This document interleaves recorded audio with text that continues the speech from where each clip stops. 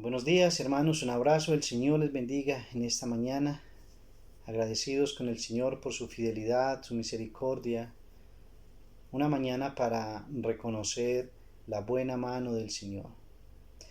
Ante los tiempos que nosotros vivimos, solo tenemos dos opciones: o unirnos a la queja, a la inconformidad, a la situación crítica que los incrédulos manifiestan y expresan, a ese sentimiento de impotencia, de angustia, de aflicción, de desesperanza, o sencillamente a buscar la adoración y la exaltación al Señor, agradecidos por todos los tiempos y todo lo que Él nos permite vivir.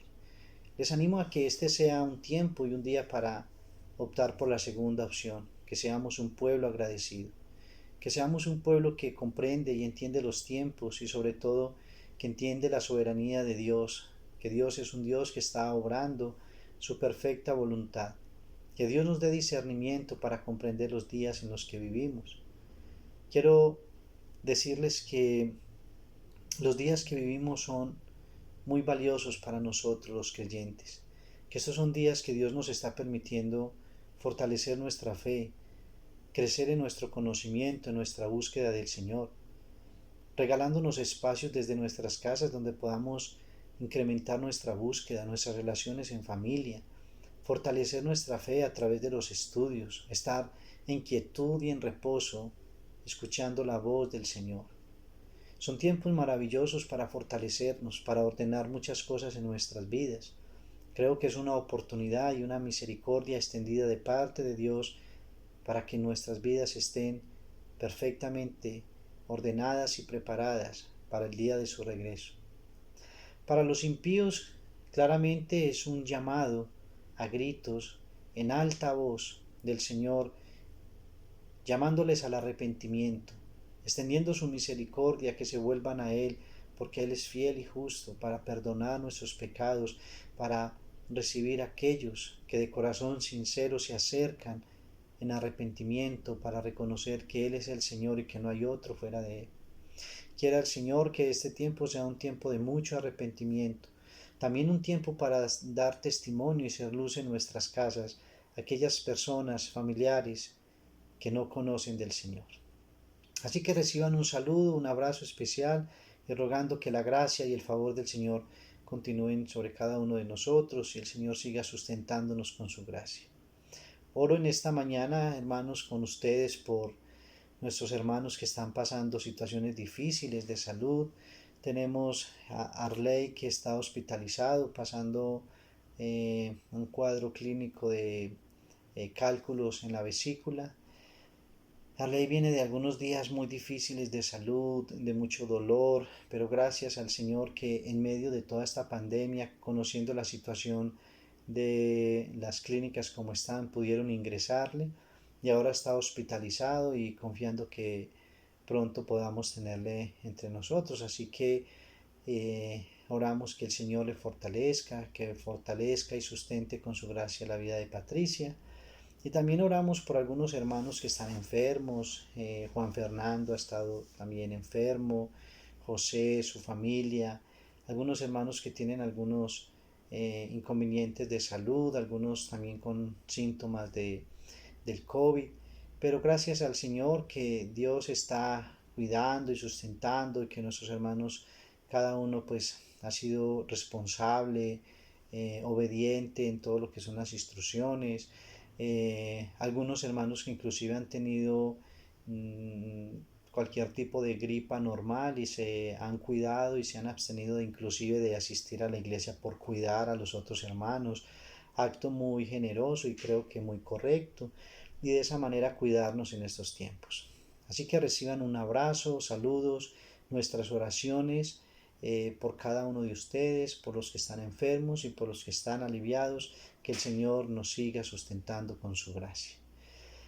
En esta mañana, mis hermanos, quiero motivarles a que estudiemos la palabra del Señor, a que podamos meditar en la Escritura, no sin antes hacerles un llamado a que este tiempo sea un tiempo de mucho desafío, que sea un tiempo de aprendizaje, un tiempo de reverencia, donde podamos darle el valor a la santa palabra del Señor y podamos estudiar con toda devoción para comprender la verdad que el Señor quiere sembrar en nuestro corazón. Quiero anunciarles que, bueno, ya les había anunciado que en este año nos vamos a dedicar a estudiar la carta a los hebreos. Pues hermanos, yo creo que todos tenemos cierto apego o hay cierta atracción hacia la carta, hacia el libro de los hebreos, porque es una carta muy valiosa, muy significativa. Y desde lo personal, permítame hacerles una reflexión. Yo creo que ha sido el poco entendimiento de esta carta tan valiosa la que tiene hoy revolcado a muchas comunidades en su doctrina, y que la poca comprensión de esta carta tan valiosa, pero que también reconozco que tiene su grado de dificultad en la interpretación y en toda la teología que hay tras ella, eh, ha hecho que muchas comunidades se vayan por caminos o por ramas no propiamente evangélicas o cristianas con una doctrina sana. Así que esta carta nos va a demandar mucho estudio, mucha diligencia. No tengo la intención de estudiarla en todo el año. Si no alcanzamos a estudiarla en todo el año, no es ningún problema para nosotros. Es su palabra y tomaremos el tiempo necesario para escudriñarla, para profundizar, y que el Señor siembre cada verdad en nuestro corazón. Nos iremos verso a verso, estudiando, avanzando 2, 3 versículos, los que sean necesarios en cada semana para ir añadiendo conocimiento y claridad. Estoy seguro que este libro traerá libertad cristiana a muchos, comprensión de muchas cosas del Antiguo y del Nuevo Testamento. Encontraremos un empalme perfecto y maravilloso de lo que es el Antiguo y el Nuevo Testamento, todas las, toda toda la liturgia, las fiestas, las ceremonias del Antiguo Testamento y todo ese cumplimiento en el Nuevo. Y vamos a estudiar y vamos a deleitarnos realmente estudiando esta carta. Si lo hacemos con devoción, con disposición para aprender, y sobre todo creo que va a traer un conocimiento y un aprendizaje muy valioso que nos van a ayudar a crecer y a perseverar en la fe. Así que les animo desde ahora a que se una a este tiempo, y que el Señor nos provea de la sabiduría, que el Señor nos provea de la gracia que necesitamos para avanzar en este tema, y que Dios traiga toda la claridad a nuestro corazón, de modo que cada día nuestro corazón le ame y le ame desesperadamente, le ame profundamente y con sinceridad. Así que les animo a que tengamos la mejor disposición para estudiar este precioso libro de la Escritura. Recordarles que estamos en semana teniendo nuestros tiempos de oración los días martes, miércoles y jueves a las 5:30 de la mañana hasta las 6:30. Usted se puede conectar por medio de nuestra plataforma de Messenger. En el grupo de la iglesia aparece el link, solamente es cliquear el link e inmediatamente ingresa estos días de oración. Así que les animo a participar. Los días miércoles, hermanos, tenemos nuestro estudio bíblico. Por motivos de que hoy no tuvimos el servicio presencial, el día miércoles, si Dios nos permite, vamos a tener un servicio presencial si nada extraordinario ocurre. Toda esta pandemia o esta cuarentena, perdón, finaliza el martes en la mañana, así que estamos programando para tener el miércoles un día de culto, de servicio. Por ahora está cordialmente invitado, le haremos llegar el formulario de inscripción y usted se registra y participa en nuestros servicios presenciales. Muy bien, Así que quiero que oremos nuestras ofrendas. Usted puede hacerlo a través de nuestra cuenta. Eh, Al comienzo o al final más bien puedo dejar la diapositiva, el número de la cuenta, o usted puede escribirnos directamente y nosotros podemos orientarle en esto. Muy bien, hermanos, y más vamos a orar, que el Señor nos oriente, que el Señor nos guíe en este tiempo de estudio, que el Señor nos dé la más alta disposición para aprender y que el Señor sea exaltado y sea glorificado por nosotros en esta mañana.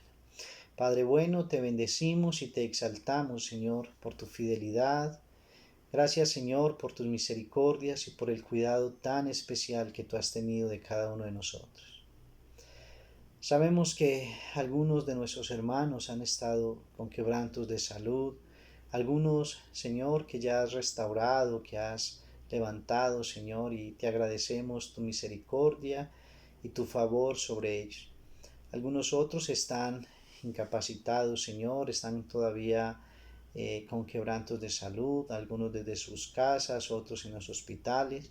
Yo oro, Señor, que tu buena mano sea sustentando a unos y a otros. Señor, restaura la vida de Arley, que está hospitalizado, Señor, y que está con este cuadro clínico de salud. Señor, tu buena mano le levante, le restaure, Señor, y bendiga su vida, la vida de Patricia, les fortalezca, Señor, en esta prueba. Quiero orar también por mi cuñado, Señor, que ha tenido semanas muy difíciles de quebrantos de salud, luego de tener un cuadro también de sus bilis y algunas afectaciones en su salud. Terminó con otro cuadro de un tumor y gracias al Señor que pudieron extraer su tumor, pero su recuperación ha sido muy lenta y muy difícil, muy dolorosa. Pedimos tu buena mano, Señor, sustentándoles y fortaleciéndoles, a mi hermana que ha estado todo este tiempo, a su hijita, con él, Señor. Gracias por esa mujer piadosa al lado de su esposo, con una fe inquebrantable, Señor, dando testimonio, Señor, de tus maravillas en ellos. Y oro, mi Señor, que tú seas extendiendo tu mano para fortalecerles y ayudarles en estos días tan difíciles. Asimismo oro por Juan Fernando, oro por José, por Vianney y por cada persona que pueda tener algún quebranto, algún síntoma, Señor. Ruego que la buena mano del Señor esté sobre cada uno, fortaleciéndole, ayudándonos, Señor, y gozándonos en ti en cada situación. Te damos gracias por este tiempo que nos das a través de estos medios. Pedimos que tú seas orientándonos, Señor, dándonos la sabiduría, la disposición y sobre todo te ruego que haya en nuestros corazones, Señor, un deseo de aprender, de crecer, de buscar tu rostro, de fortalecernos en ti, Señor, y crecer en la fe. Ruego, Señor, que tu palabra en esta mañana sea exaltada y que lo que vamos a iniciar hoy con el estudio del libro de Hebreos, todo sea, Señor, para crecimiento nuestro y para la gloria de tu santo nombre. En Cristo Jesús. Amén y amén. Muy bien, hermanos. Quiero en esta mañana decirles que básicamente hoy voy a hacer una contextualización del libro de Hebreos.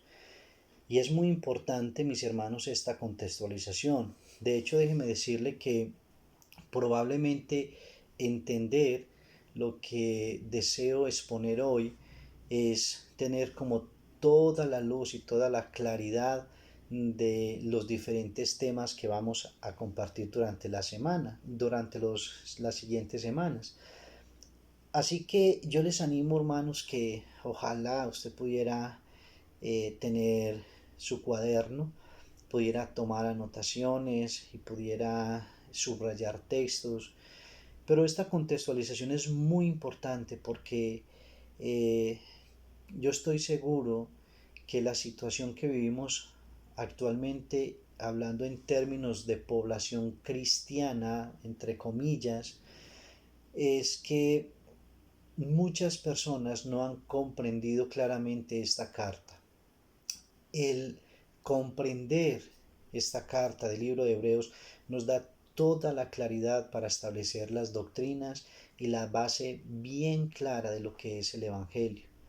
Por el contrario, muchas personas no han comprendido claramente el lenguaje y la enseñanza del libro de Hebreos y se han ido por líneas totalmente incorrectas doctrinalmente. Se han ido por caminos no propiamente bíblicos de una sana doctrina. Y es precisamente, mis hermanos, porque no se ha podido comprender en estos tiempos aún en la iglesia el valor, el significado de esta preciosa carta, aun cuando reconozco que esta carta trae sus propios retos de interpretación y que su parte teológica requiere de mucho cuidado, de mucho estudio, pero es una carta preciosa que trae libertad cristiana, que trae para nosotros fundamento claro de lo que es la verdad del Evangelio. Entonces, quiero hacerles toda una contextualización, quiero hoy tomarme el tiempo de hablarles muy del contexto, de a quiénes va dirigida esta carta, quiero mirar rápidamente algunos textos, quiero decir algunas notas que tengo acá para compartirles, que quiero que todo esto se sume a lo que va a ser este aprendizaje y a lo que nos va a contribuir para comprender mejor esta carta.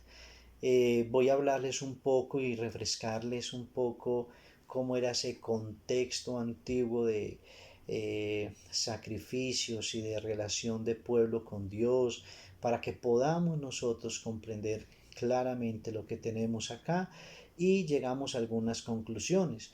O sea que básicamente lo que hoy deseo hacer es toda una contextualización hasta donde el Señor me permita y luego, si Dios nos extiende la vida, domingo a domingo iremos entonces estudiando la carta. O sea que hoy no alcanzaría ni siquiera a iniciar con los primeros versículos que créame que he tenido un enorme deseo de iniciar con estos preciosos primeros versículos de esta carta, pero creo que es muy significativo que entendamos el contexto para comprensión, para mejor aprendizaje, para todo lo que vamos a estudiar. Es importante esta contextualización. Si me permiten, quiero decirles que toda esta carta del libro de Hebreos, hermanos, tiene que ver con la preeminencia del Señor Jesucristo, con la preeminencia del Señor Jesús. Jesús es superior y es preeminente a todos y a todo. Y básicamente en eso podemos resumir esta carta. La preeminencia, la supremacía, la grandeza, el Señor Jesucristo por encima de todos y de todo. Esto es, hermano, lo que nosotros vamos a estudiar en este precioso libro. En este precioso libro es lo que vamos a mirar por todos los lados y vamos a explorar al Señor Jesucristo por todos los ángulos, y usted y yo vamos a tener un deleite en esta carta. Mis hermanos, la realidad es que esta carta requiere de conocer muy bien el Antiguo Testamento. Y cuando hablo de conocer, estoy hablando de que es muy importante de que podamos irlo conectando con el Antiguo Testamento, sobre todo con el libro de Levíticos. De Levítico, ¿por qué? Porque definitivamente el libro de Levítico pues es donde encontramos todo lo que era la ley hacia el pueblo, todo lo que era la ley ceremonial, la ley de los sacrificios, la ley de los rituales, de las fiestas, todo este tipo de cosas tan maravillosas que las vamos a contextualizar muy bien acá. Ahora, para esto quiero hacerles hacer un pequeño repaso de lo que es el trasfondo del pueblo judío.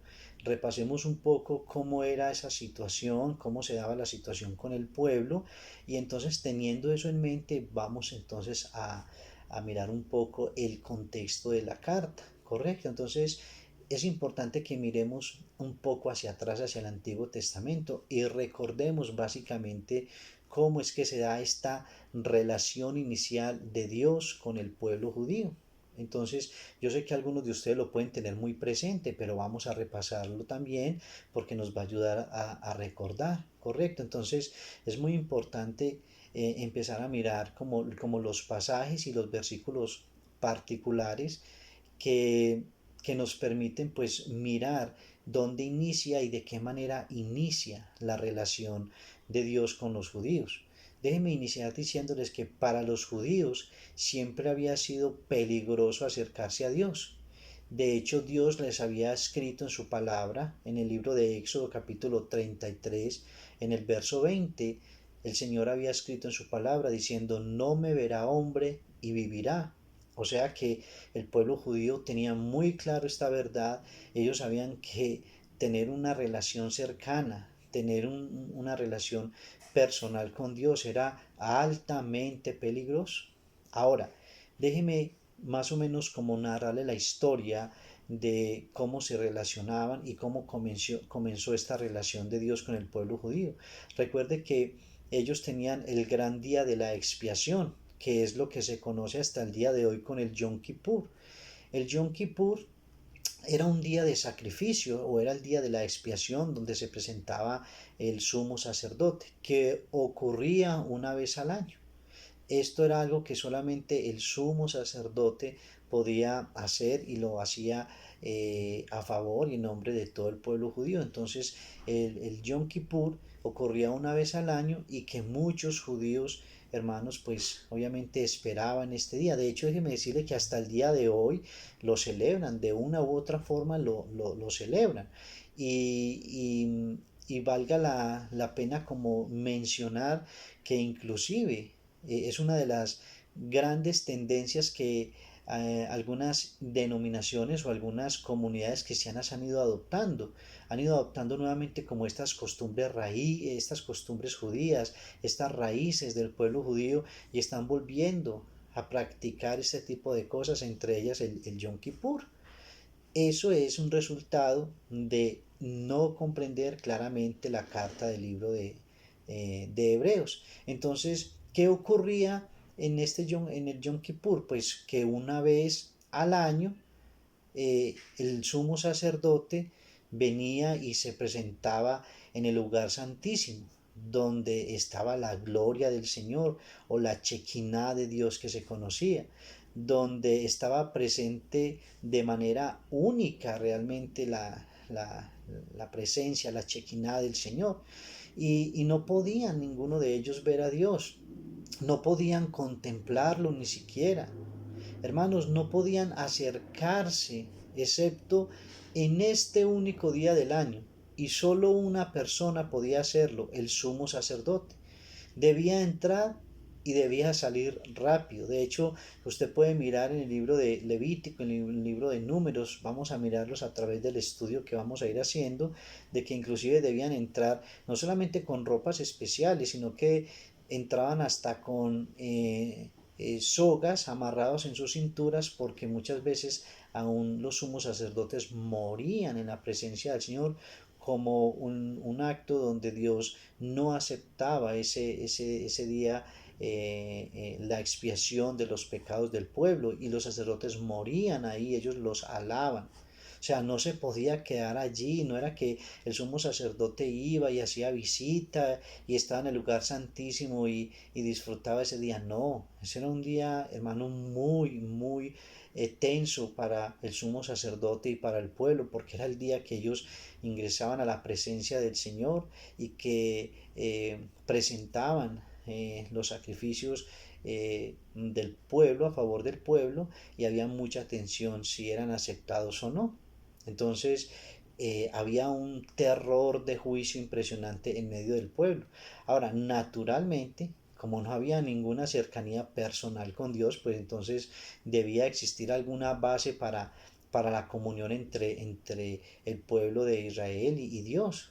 Así que entonces Dios es el que establece pues un pacto y en este pacto Dios en su gracia, en su propia iniciativa soberana, le ofreció al pueblo de Israel una relación y una relación especial. ¿De qué manera?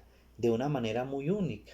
Él sería su Dios y ellos serían su pueblo para alcanzar que al mundo, para dar testimonio al mundo de que Dios era el único Dios verdadero. Pero ellos tendrían acceso especial a Él si obedecían su ley. Ahora, quebrantar la ley, pues obviamente era pecado, como lo es ahora. Y el pecado que hacía interrumpía ese acceso a Él. Y puesto que, hermanos, siempre ha habido pecado, el acceso siempre se interrumpió, siempre fue interrumpido. Entonces, Dios instituyó un sistema de sacrificios como hechos externos de arrepentimiento interno. Por eso ellos presentaban animales y estos animales entonces simbólicamente tomaban sus pecados, un acto externo de arrepentimiento interno. Y por medio del sacerdocio, y que era el sacerdocio levítico, se hacían que los sacrificios que simbolizaban esa expiación por el pecado, de modo que la barrera pudiera quitarse y pudiera quitarse para que el pueblo pudiera tener acceso a Dios. Y así funcionaba. El pueblo hacía sacrificios y entonces la barrera se quitaba, o el sacerdote en este caso hacía sacrificio por el pueblo y la barrera se quitaba. Pero inmediatamente, hermanos, cuando ellos pecaban, la barrera se ponía. Entonces Dios les dio su pacto. ¿Y cuál fue su pacto? Un pacto que incluía su ley. Y con ello les ofreció al pueblo acceso a él. El hombre pecaba, la ley se rompía y la barrera volvía a elevarse. Entonces, ¿qué hacía? Nuevamente ejecutaban otro sacrificio de arrepentimiento. ¿Para qué? Para que la barrera volviera a caer, para que esa división que había entre Dios y el pueblo volviera a caer y la relación se restableciera. Ahora, naturalmente, aquí nos surge una pregunta muy importante.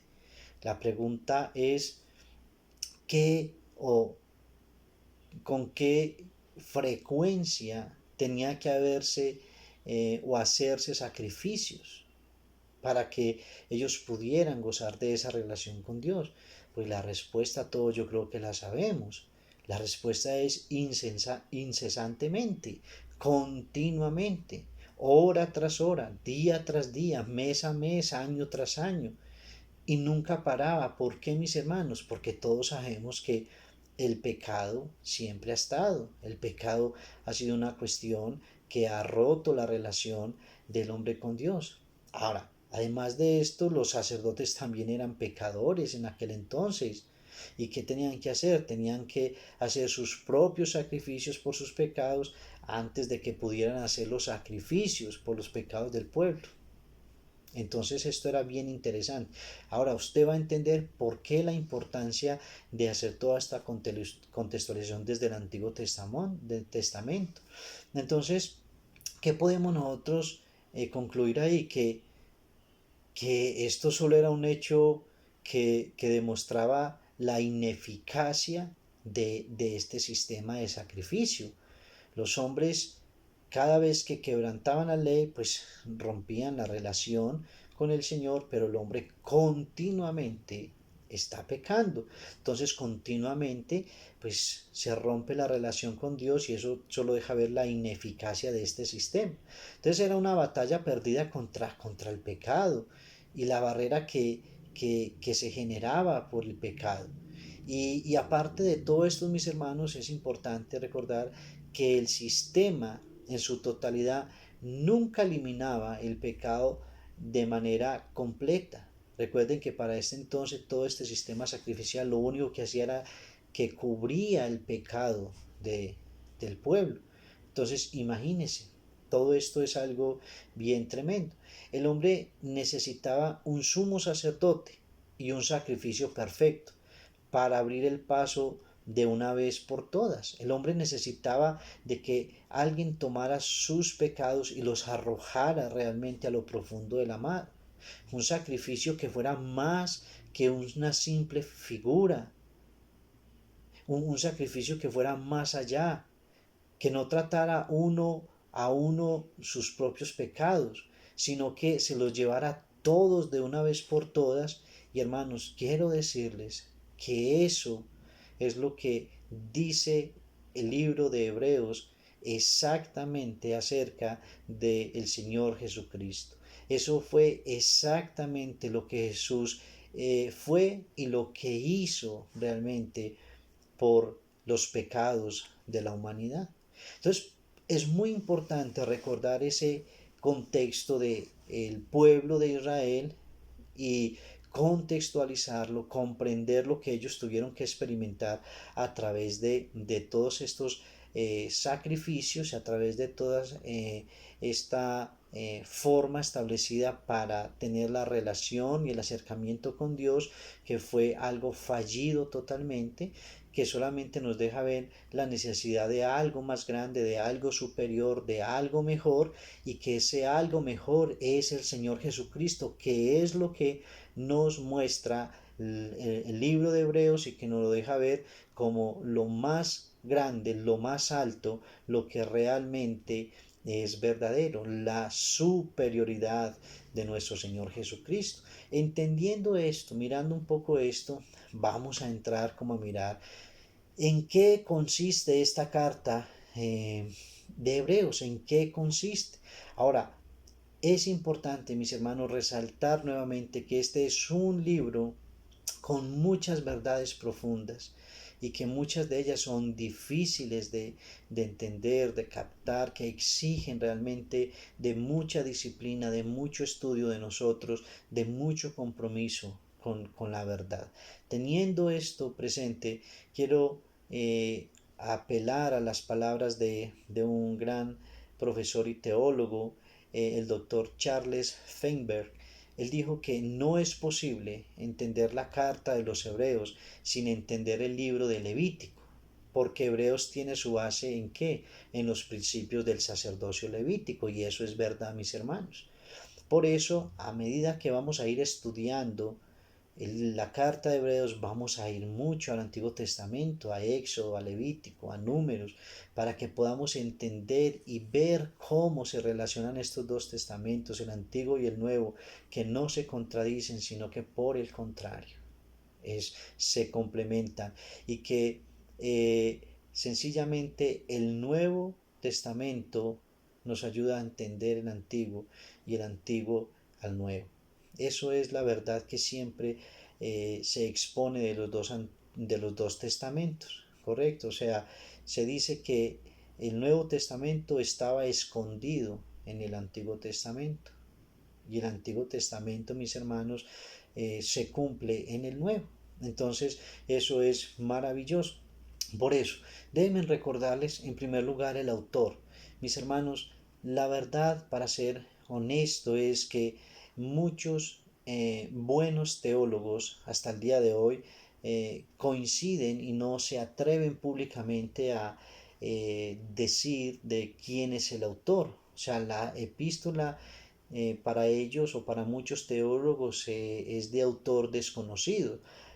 Básicamente suenan tres nombres. Algunos dicen que la escribió el apóstol Pablo, otros dicen que fue Apolos y otros dicen que fue Pedro. Y algunos inclusive dicen que fue otra persona, un hombre piadoso, un hombre creyente. ¿Correcto? En lo personal, yo como pastor creo que esta carta fue escrita por el apóstol Pablo. Esto no nos aleja ni nos distancia de nada. Esto es solamente una postura. Yo tengo esta convicción por algunas situaciones, pero si usted llegara a creer que fue escrita por otra persona o que el escritor es aún desconocido, es válido, eso no nos aleja a ninguno de la verdad. Definitivamente lo que sí podemos coincidir es que es la palabra inspirada por Dios y es la palabra del Espíritu Santo. O sea que en lo que sí coincidimos es que también el Espíritu Santo es la persona principal que inspiró esta carta. Ahora, en esto es muy importante que prestemos atención a la audiencia. ¿A quién fue dirigida esta carta? Quiero decir varias cosas acá. En primer lugar, que no hay referencia a los gentiles en este libro. Por concerniente, si no hay referencia a los gentiles como en otros libros, pues claramente este libro lleva el nombre de la carta a los hebreos. No se menciona ni se refleja aquí los problemas entre gentiles y judíos, y menos en el seno de la iglesia. Esto indica casi que ciertamente es una carta que fue dirigida a la congregación a la cual pues había nacido para este entonces y que era estrictamente judía. Era una comunidad cristiana judía que ya había creído en el Señor como Mesías, como Señor y Salvador. Eso es indiscutible. Ahora, la carta, hermanos, se dice que debió de escribirse después de la ascensión de Cristo, obviamente, pero que más o menos se dice que ocurrió alrededor del año 30 después de Cristo, y por supuesto antes de la destrucción de Jerusalén en el año 70 después de Cristo, porque pues el templo para el año 70 de Jerusalén fue destruido y la carta menciona al templo, o sea que no pudo haber sido después de 70. Eso es una evidencia muy muy importante. Algunos se atreven a considerar que la carta fue escrita más o menos entre el año 60-65 después de Cristo.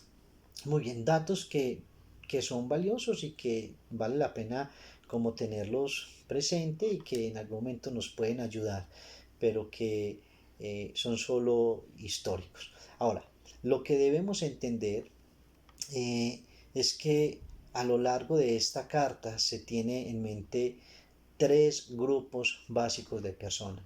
Y hermano, y esto es lo que más controversia genera en esta carta, porque las personas normalmente leen esta carta considerando tan solo un grupo de personas, y eso generaría unos problemas de interpretación terribles. Eso generaría confusión y de hecho generaría pues un caos teológico, porque definitivamente hay cosas acá que no podrían ser dichas para los creyentes.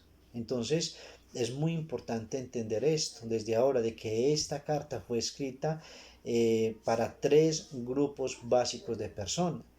Si no entendemos, hermanos, y si no tenemos en cuenta estos grupos, de verdad, créame, el libro va a resultar bastante confuso para nosotros y es muy posible que nos veamos en serios errores y equivocaciones con respecto a este libro. Entonces, eso es algo que tenemos que tener muy, muy presente y que debemos de desarrollarlo de esa manera, hacerle una buena exégesis a este libro para que no caigamos en errores doctrinales, ¿correcto?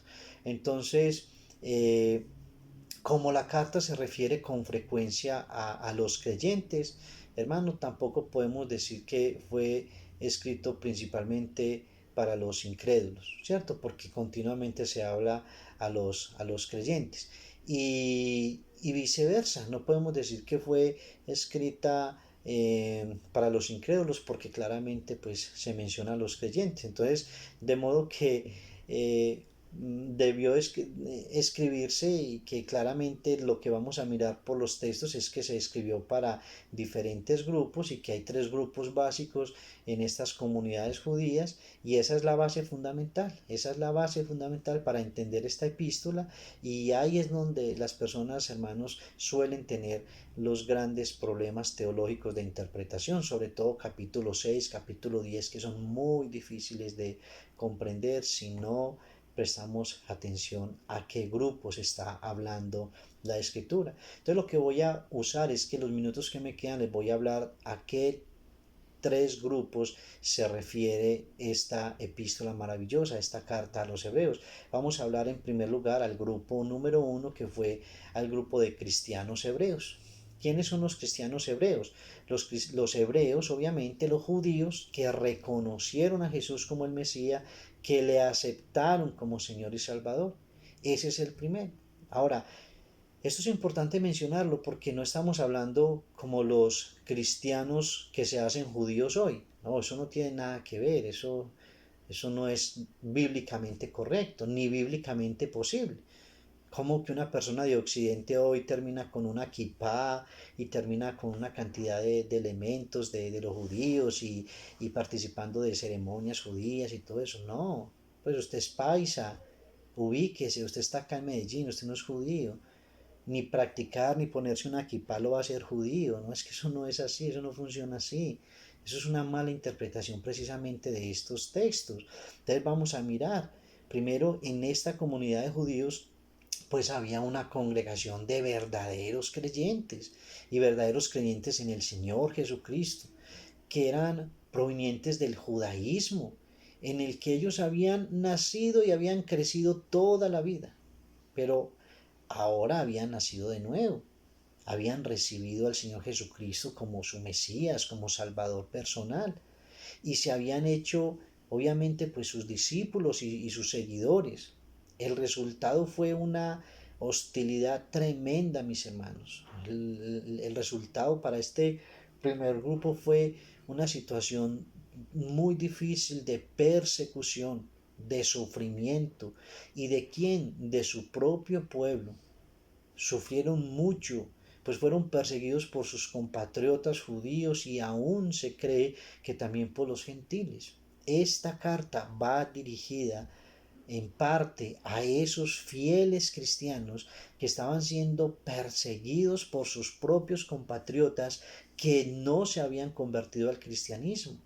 Entonces, usted se puede imaginar los ataques de toda el resto de los judíos atacando a este pequeño grupo de hermanos judíos cristianos que sí habían aceptado al Señor y que sí le habían recibido como Señor y Salvador, el Salvador personal de sus vidas.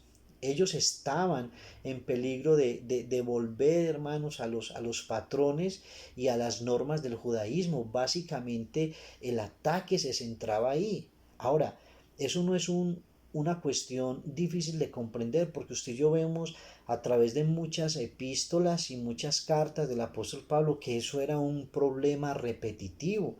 Gálatas, por ejemplo, tiene que enfrentar ese asunto muy fuerte entre Pablo y Pedro, porque aún Pedro estaba todavía predicando la circuncisión, Pablo no. Y una de las cosas que fue muy difícil en los comienzos, pues era que había tanta ceremonia y tanta práctica del judaísmo que era muy difícil desprenderse de ello y que aún los propios cristianos verdaderos que habían dejado, habían abandonado el judaísmo, se veían tentados nuevamente a participar y a practicar nuevamente de algunas de estas ceremonias o algunos de estos rituales. Ahora, esto no es una cuestión para este grupo de perder su salvación o que se iban a volver atrás, no, pero sí era una cuestión de confundir el Evangelio. ¿Y de confundirlo de qué manera? Pues con las ceremonias y con el legalismo del judaísmo. ¿Qué iban a hacer? ¿Qué iban a lograr con todo eso? Iban a debilitar su fe y a debilitar su testimonio. Y hermanos, esto es muy importante por una razón. Es lo que pasa actualmente. Pues hombre, muchas personas se vuelven a los ritos y a las ceremonias. Entonces vemos una cantidad de iglesias participando y trayendo una cantidad de situaciones que fueron de allá de ese tiempo y las traen para este tiempo. Entonces nuevamente vemos gente que hoy celebrando el Yom Kippur. Hombre, ¿qué tiene que ver eso con nuestra cultura, con nuestros tiempos? ¿Qué tiene que ver las ceremonias hoy? ¿Qué tiene que ver una cantidad de rituales? Lo que hacen es que, pues hermano, que su fe se vaya debilitando y su testimonio quede entredicho.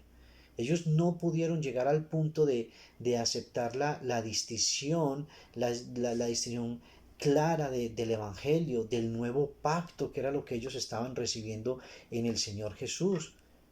Entonces, con todas estas formas, con todas estas ceremonias, con todos estos patrones y los métodos del judaísmo, pues estaban debilitándose y estaban en riesgo y estaban dando mal ejemplo inclusive. Entonces eso es una situación muy delicada que acá en esta carta pues se trata, y con ánimo de corregir eso y fortalecer la fe de todo este grupo, entonces se hace mucho énfasis. Ellos, hermanos, inclusive los cristianos que ya eran practicantes de la fe cristiana, pues estaban aferrados a inclusive a la adoración ritual, y a la adoración ritual donde en el templo. Recuerden que el templo para ellos era una cuestión muy importante, y por esa razón pues el mismo Espíritu Santo les habla tanto, mis hermanos, en esta carta acerca del nuevo sacerdocio, el templo nuevo, el sacrificio nuevo, el santuario nuevo y todas estas cosas que son mejores y mejores versiones que las antiguas. Usted y yo vamos a encontrar eso en toda esta carta, que la función acá y el lenguaje del Espíritu Santo es mostrarle todo esto superior, todo esto que es mejor. Un nuevo sacerdocio, un nuevo templo, un sacrificio nuevo, un santuario nuevo, todo, hermanos, es nuevo. ¿Qué podemos concluir con este grupo? Que habían ido más allá del judaísmo cuando recibieron a Jesucristo. Sin embargo, hay que reconocer que era entendible su situación, que ellos se sintieran atraídos y se sintieran tentados a aferrarse a muchos de estos hábitos. Todos nosotros sabemos que los hábitos con los que veníamos en nuestra vida antigua pues son muy arraigados en nosotros. Creo que una persona que ha vivido seriamente el catolicismo sabe que dejar ciertas prácticas del catolicismo no es fácil, pues cuanto más estos judíos que eran bien arraigados a sus tradiciones. Entonces no es una cuestión difícil de comprender, es comprensible, pero por eso, viéndolos en esa situación de riesgo, viéndolos en esa situación de confusión, entonces el Espíritu Santo de Dios les habla claramente para fortalecer su vida. Y quiero decirles, hermanos, que con toda esa presión, además de su fe débil y su inclusive aún en su ignorancia espiritual, esta comunidad estaba en ese grave peligro de mezclar lo nuevo con lo viejo, y ese es el peligro. Ese es el peligro de tantas comunidades hoy, que quieren mezclar lo uno con el otro, que quieren mezclar todavía la ley del Antiguo Testamento con el periodo del nuevo pacto de hoy. Entonces, claro, viven un poco de la gracia, pero todavía establecen algunas cosas del Antiguo Testamento, y eso es un problema, eso es una mezcolanza que no tiene realmente asidero en la Escritura. Por eso esta carta es clave para entender que el Señor Jesucristo es superior a todas esas cosas, y que es importante que lo podamos ver y lo podamos comprender así. Entonces, esto era una congregación, pues de alguna manera, de hermanos débiles en la fe. De hecho, uno de los pasajes que vamos a estudiar, recuerden por allá en Hebreos 10, que él les dice,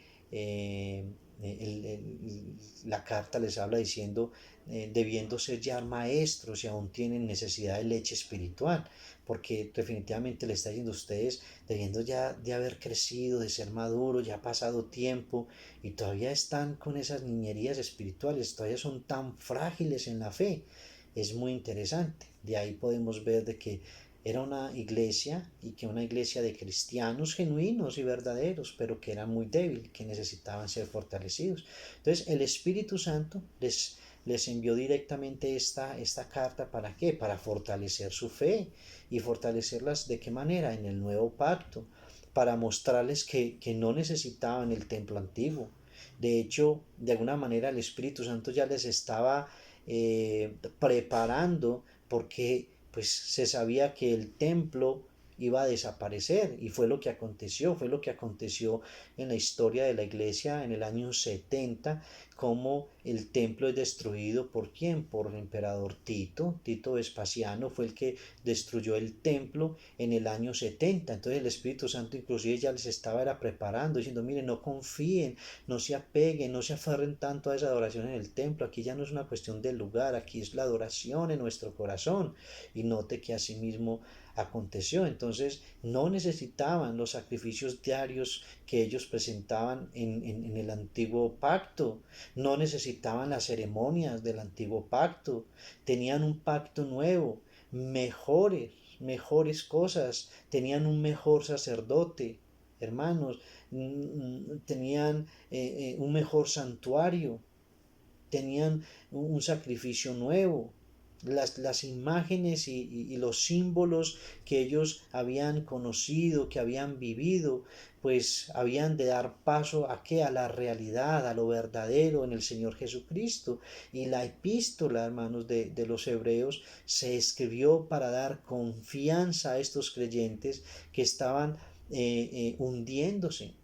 El Señor les estaba hablando a cristianos acá y diciéndoles que se aferraran al pacto mejor y al sacerdocio mejor, que no retrocedieran a los patrones y a las costumbres de los judíos, y que en cuanto al sacerdocio y en cuanto a todo lo demás debían vivir exclusiva y decididamente en el presente y dar testimonio de una nueva relación con Cristo. Eso es lo que en esta carta encontramos acerca de ese primer grupo, que lo vamos a estudiar. Ahora, hay un segundo grupo que también se nos hace muy familiar, y el segundo grupo a los que la carta le habla es a un grupo de hebreos no cristianos, pero que estaban convencidos intelectualmente, como encontramos a muchas personas hoy. O sea, todos, hermanos, yo creo que hemos conocido personas que han oído la verdad del Señor Jesucristo y que están intelectualmente convencidos, que creen que Él es verdadero, que creen lo que Él dijo, pero que no están realmente dispuestos a hacer ningún tipo de compromiso de fe con el Señor. Creen que Él es Jesús, que Él es Dios, creen que todo lo que dijo es verdadero, pero no están dispuestos a obedecerle. En el grupo de segundo encontramos estas personas, y se escribió en parte esta epístola, hermanos, para hablar a este grupo. Y yo creo que no es difícil para nosotros poder identificar muchas de estas personas. Ahora, es probable que desde el comienzo de la iglesia, desde el Pentecostés mismo, han habido en todas las iglesias personas así, convencidas que Jesús es el Cristo, pero que nunca se entregaron a Él con un corazón verdadero. Y estos hebreos no cristianos, pero convencidos intelectualmente y no comprometidos espiritualmente, son acá claramente mencionados, y hay muchos versículos que son destinados para ellos. Así que ellos creían que Jesús era el Cristo, que era aún el Mesías al que se referían las escrituras judías o lo que conocemos como el Antiguo Testamento, pero no estaban dispuestos a recibir personalmente al Señor y vivir una vida de obediencia como se demandaba. Ahora, ¿por qué? ¿Por qué estas personas convencidas intelectualmente, pero no dispuestas realmente a obedecer y a seguir al Señor? Pues hermanos, quizás la respuesta nos la dé el apóstol Juan en Juan capítulo 12, versos 42 y 43, que dice, como aquellos a quienes describió Juan creían en Él, pero amaban más la aprobación de los hombres que la aprobación de Dios. Y es seguro de eso. Es seguro que lo que limita a muchos de cruzar esa línea es la aprobación. Es lo que el que dirán de su familia, de la gente, de las otras personas. O sea, no estaban dispuestos a hacer el sacrificio requerido. No estaban dispuestos. De modo que el Espíritu Santo los exhorta y les habla acá, hermanos, a que ellos se vuelvan, a que ellos tengan una fe y una fe salvadora, el Espíritu Santo les anima a recorrer todo el camino del compromiso con el Señor Jesucristo. Y a ese segundo grupo se refiere esta carta. En esta carta, y específicamente en el capítulo 2, uno encuentra ya mensajes directos, declaraciones especiales para este grupo de convencidos intelectualmente, de personas que creían en su mente de que Jesús era el Señor, mas no se comprometían espiritualmente con ellos. ¿Qué nos dice en el capítulo 2, versículo 1 al 3? Dice: por tanto, es necesario que con más diligencia atendamos a las cosas que hemos oído, no sea que nos deslicemos, porque si la palabra dicha por medio de los ángeles fue firme, y toda transgresión y desobediencia recibió justa retribución, ¿cómo escaparemos nosotros si descuidamos una salvación tan grande? Esto es uno de los grandes textos que vamos a estudiar en este grupo, y entender a qué grupo fue y por qué fue dirigido a ellos. Entonces estaban en el punto de reconocer, pero no de comprender. Eran culpables, este grupo es culpable del gran pecado de negarse a hacer aquello que el Señor demanda, aquello de lo cual intelectualmente estaban convencidos, pero espiritualmente no deseaban tener ese compromiso genuino con el Señor. Los mismos apóstoles les habían confirmado la verdad del Evangelio, mis hermanos. Los mismos apóstoles le predicaron con tantos milagros, con las manifestaciones de los dones espirituales. Y todo esto lo podemos ver. En el capítulo 6, por ejemplo, el versículo 4 nos dice: porque es imposible que los que una vez fueron iluminados y gustaron del don celestial y fueron hechos partícipes del Espíritu Santo, y asimismo gustaron de la buena palabra de Dios y los poderes del siglo venidero, y recayeron, sean otra vez renovados para arrepentimiento, crucificando de nuevo para sí mismo el Hijo de Dios y experimentándole a vituperio. Vamos a estudiar este pasaje a la luz de este grupo y entender acá el fuerte llamado, la advertencia que el Espíritu Santo de Dios les hace acá, y es una advertencia al convencimiento, a la fe genuina, al dar el paso que requiere toda persona acercarse al Señor. Entonces, este es un segundo grupo al que nos vamos a dirigir, al que vamos a estudiar y al que vamos a explorar. Si una persona, mis hermanos, está totalmente convencida de que Jesucristo es quien afirmó ser, y luego se niega a creer, pues hermano, tal persona se queda sin excusa delante del Señor. Y no solamente sin excusa, sin esperanza, pues aunque está convencido de la verdad del Evangelio, no deposita su confianza en él. A tal persona, el Espíritu Santo en esta carta le advierte que Dios no puede hacer nada más.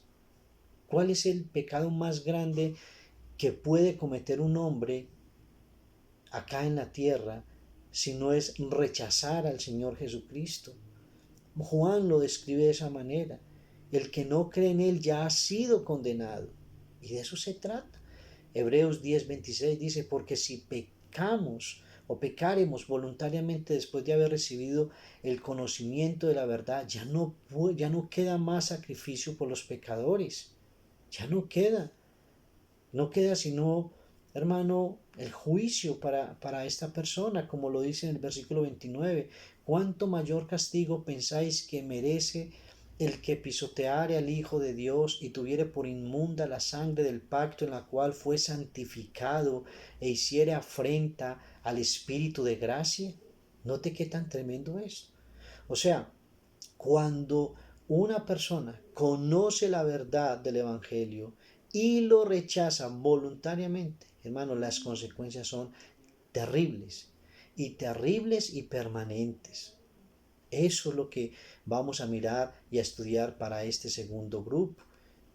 Entonces, en ese sentido es que también esta carta tiene mensaje de advertencia para aquellos que están en el medio, que muy conocidos como simpatizantes, aunque la verdad no me agrada para nada esa palabra, no creo en esa palabra, y sí creo que hay personas que intelectualmente conocen y saben, pero que no han bajado esa verdad al corazón. El tercer grupo que encontramos acá en esta carta es, pues, hebreos no cristianos, que no estaban convencidos, que rechazaron a Cristo y que estaban opuestos a la verdad del Señor Jesucristo. En esta carta, pues el Espíritu Santo también habla a estos personajes y habla, hermanos, en primer lugar, para fortalecer la fe de aquellos que sí habían creído. A los que eran intelectualmente ya con conocimiento, pues motivarles a dar el paso y convencerles. Y que dieran este paso de obediencia y cruzaran la línea de la fe salvadora. Pero también habla a quienes no han creído en absoluto, a los que habían rechazado al Mesías, a quienes aún no estaban convencidos de ninguna parte del Evangelio. Y aquí lo que vemos es que el Espíritu Santo busca y busca mostrarles con claridad que Jesús es quien dijo que era y que esta verdad es la idea principal, hermanos, que Él quiere enseñarnos. Y es una de las cosas que vamos a mirar para ellos desde el capítulo 9. Capítulo 9, versículo 11 dice, pero estando ya presente Cristo, en la traducción más fiel, más cerca al original, dice, pero está ya presente Cristo, sumo sacerdote de los bienes venideros, por el más amplio y más perfecto tabernáculo, no hecho de mano, es decir, no de esta creación. Y note que pasa más adelante y dice a explicar cómo, cómo es el nuevo sacerdocio del Señor Jesucristo. Cuanto más la sangre de Cristo, el cual mediante el Espíritu Eterno se ofreció a sí mismo sin mancha a Dios, limpiará vuestras conciencias de obras muertas para que sirváis al Dios vivo. Así que por eso es mediador del nuevo pacto, para que interviniendo muerte para la remisión de las transgresiones que había bajo el primer pacto, los llamados reciban la promesa de la herencia eterna, y que de la manera que está establecido para los hombres que mueran una sola vez y después de esto el juicio, así también Cristo fue ofrecido una sola vez para llevar los pecados de muchos y aparecerá por segunda vez sin relación con el pecado, para salvar a los que le esperan. Entonces note que este capítulo es un capítulo claramente direccionado para ellos. Estos mensajes hablan directamente a los incrédulos, no a los cristianos, a los incrédulos. Y tampoco a los que están convencidos ya en sus mentes, que deben dar el paso y cruzar la línea. No, es un mensaje claro para aquellos que rechazaron y han rechazado hasta el día de hoy a Cristo. Entonces, para ir cerrando, mis hermanos, quiero decirle que son los tres grupos que la epístola de los Hebreos tiene en perspectiva. Que la clave, mis hermanos, para interpretar cualquier parte de este libro de Hebreos es entender a qué grupo está dirigido cada versículo o cada capítulo. Si no lo entendemos de esa manera, podemos con toda seguridad confundir las cosas. Confundir las cosas, mis hermanos. El mensaje principal va dirigido a los creyentes y periódicamente hay advertencias supuestas a los dos grupos. Claramente el mensaje central es a los creyentes, a fortalecer la fe y a que no se volvieran a las prácticas de los judíos. Pero claramente hay advertencias hacia los otros dos grupos, tanto de intelectuales que habían creído como de incrédulos. Así que de una forma maravillosa, de una forma maestra, divina, como solamente Dios puede hacerlo, el Espíritu Santo de Dios habla a los tres grupos, a cada uno conforme a sus necesidades, conforme a sus puntos específicos en los que ellos se encontraban. Y así es, hermanos, que tenemos tres grupos acá maravillosos a los que esta carta se dirige y les habla con contundencia. Voy a llegar a algunas conclusiones para que entremos ya al cierre y finalicemos. Entonces, en Hebreos hay confianza y seguridad para nosotros los cristianos, y eso no lo podemos dudar. El libro de Hebreos, nosotros tenemos la seguridad de la salvación. Pero también hay advertencias para aquellos que son intelectualmente convencidos sobre quién es Cristo, sobre la obra de Cristo, pero sobre todo que son alentados a recibir a Cristo, o si no, les espera una condenación. Por su conocimiento mismo, les espera una condenación. Y finalmente hay una presentación convincente para el judío o para cualquier persona incrédula que ni siquiera está persuadido intelectualmente de creer en Jesús. Hay un mensaje para ellos llamándoles a la fe, a creer en el Señor Jesucristo. Hebreos es para estos tres grupos una presentación de Cristo, el Mesías, el autor de un nuevo pacto mayor, el autor del nuevo pacto mayor que el del Antiguo Testamento. Ahora déjeme decirle que el antiguo pacto no era ni malo ni equivocado. Dios mismo lo dio y por tanto era bueno, pero era incompleto. Ahora nos muestra el nuevo pacto, el nuevo pacto. Y quiero concluir diciéndole esto. El Señor Jesucristo, lo que podemos ver en la exposición del Espíritu Santo en esta preciosa carta, es que Él es mejor que cualquier cosa anterior a Él, que Él es mejor que cualquier persona del Antiguo Testamento, que Él es mejor que cualquier institución del Antiguo Testamento, que Él es mejor que cualquier ritual del Antiguo Testamento, que Él es mejor que cualquier sacrificio del Antiguo Testamento, que Él es mejor que todos los demás y que todo lo demás. Eso es la enseñanza de esta preciosa carta. Este contexto general de la carta de Hebreos muestra claramente el patrón básico de presentación de la superioridad del Señor Jesucristo, y eso es lo que seguiremos de manera amplia, este patrón en nuestro estudio, mis hermanos. Miraremos versículo a versículo para mirar la grandeza, la grandeza. Esta carta, desde comienzo hasta el final, muestra la superioridad generalizada en todos los aspectos de nuestro Señor y Salvador Jesucristo, sobre todos y sobre todo.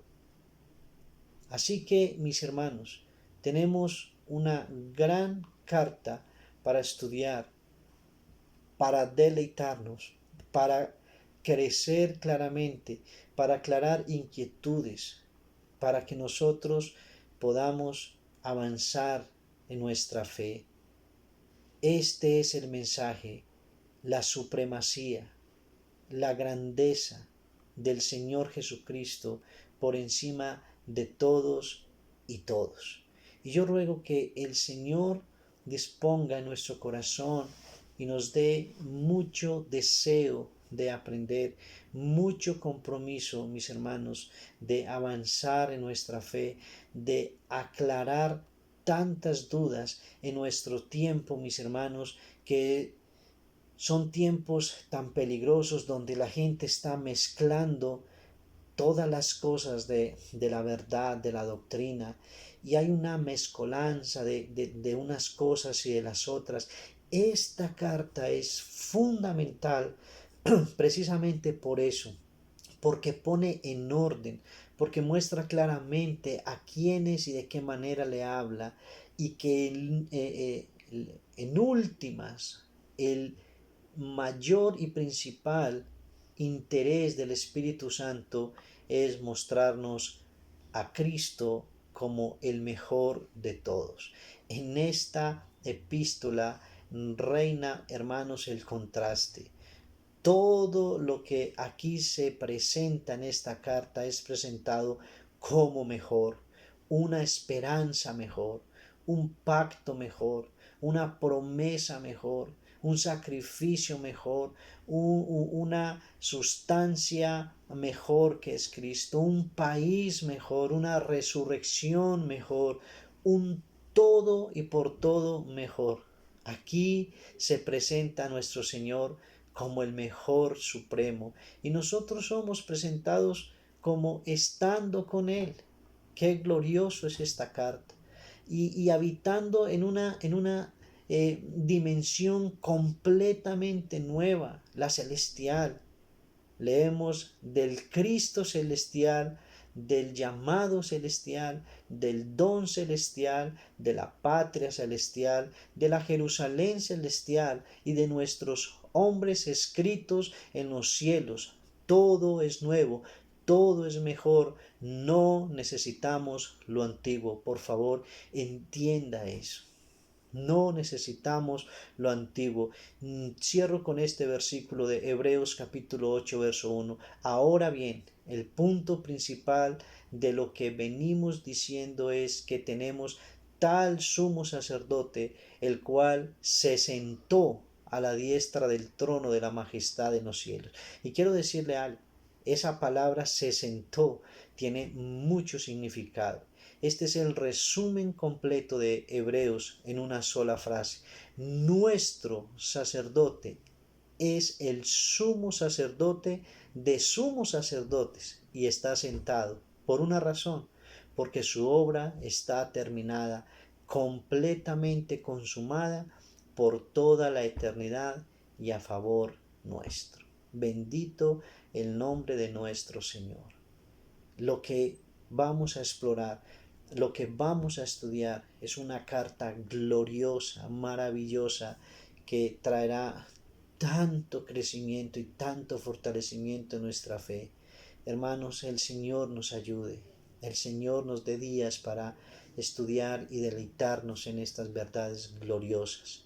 Oremos al Señor. Padre, te bendecimos y te adoramos, Señor. Tú eres por encima de todo, Señor. Tú eres el todo en todos y todo. Nosotros rendimos nuestro ser ante tu presencia. Te adoramos y te exaltamos, Señor. Eres nuestro gran sumo sacerdote. Eres nuestro Señor, nuestro Salvador. Eres el sacrificio que se ofrendó a sí mismo por nuestros pecados. ¿Cómo caer nuevamente en la liturgia, en las ceremonias? ¿Cómo caer en las cosas que no tienen valor ni sentido cuando tú estás por encima de todas ellas, Señor? Y nos ha hecho parte a nosotros. Te damos gloria, honra y honor. Y en este día, Señor, que hemos iniciado tan solo con la contextualización de esta preciosa carta que vamos a explorar, rogamos la sabiduría, el discernimiento, el entendimiento, tu Espíritu, Señor, hablándonos acerca de cada una de estas verdades escritas, Señor, para crecimiento de nosotros, para fortalecimiento de nuestra fe y para la gloria de tu santo nombre. En Cristo Jesús. Amén, Señor, y amén. Hermanos queridos, les mando un abrazo. El Señor les bendiga, el Señor les guarde y les continúe sustentando con su gracia y su favor en todas las cosas. Un abrazo y muchas bendiciones para todos.